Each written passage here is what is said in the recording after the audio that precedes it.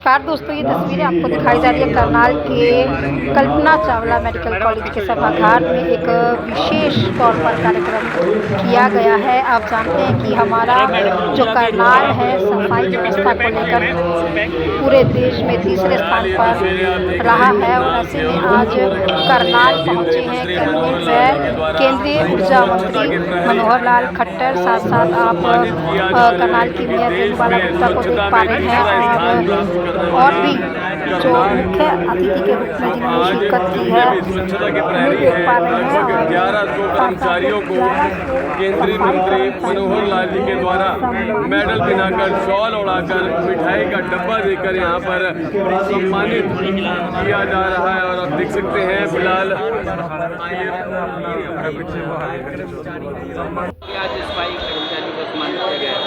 मैं ward number 10 से पार्षद आशा कुमार और मैं सभी सफाई कर्मचारियों को बहुत बहुत बधाई देना चाहती हूँ। उनकी ये मेहनत का ही निष्कर्ष है जो हम आज यहाँ खड़े और करनाल को तीसरा स्थान मिला है और राष्ट्रपति अवार्ड मिला है।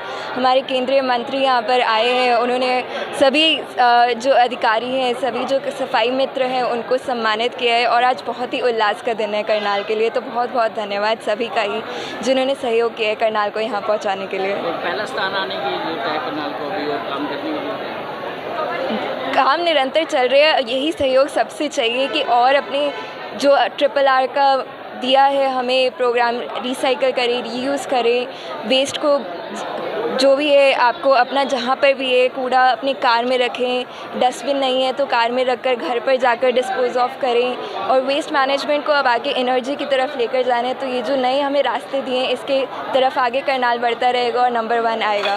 विदेशों में सफाई होती है उसकी तरह इंडिया में भी अच्छी सफाई होनी चाहिए।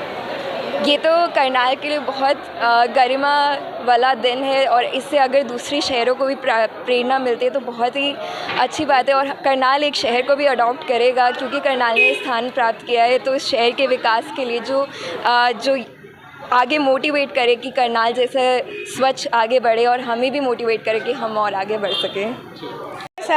क्या नाम है जी? कैसे सफाई का सम्मान दिया गया, कैसा लगा? सफाई का सम्मान वेतन जी अच्छा दिया।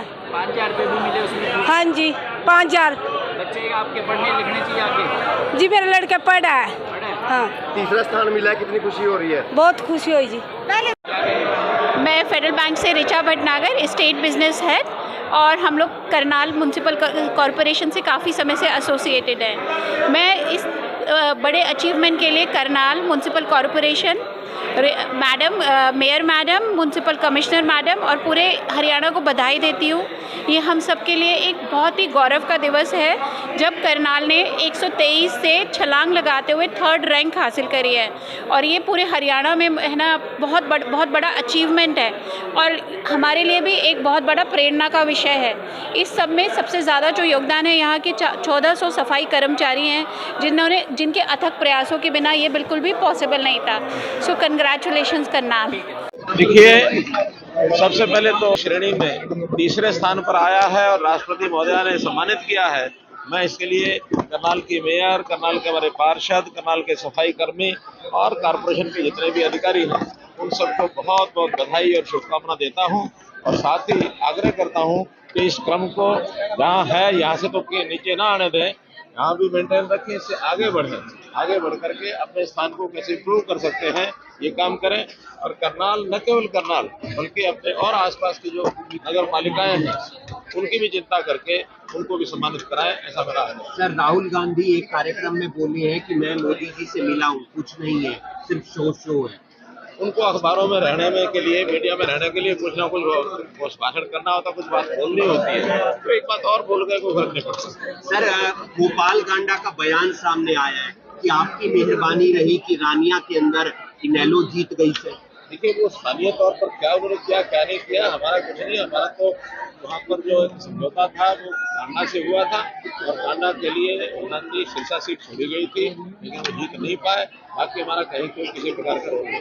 सर, विकास बराला को डबल AG लगाया गया, उन पर काफी आरोप लगे थे, क्या यह नियुक्ति सही है? प्रदेश की सरकार, प्रदेश के AG वो बताएंगे क्योंकि AG का ये काम है कि इसको नियुक्ति देना, किसको नहीं। सर, एक सवाल और, क्राइम बढ़ रहा है। जब आप थे तो क्राइम पर नकेल थी, आपको नहीं लगता है कि पहली बात तो है कि इस बात को फैलाया जा रहा है, वरना मैंने भी सारे आंकड़े देखे हैं।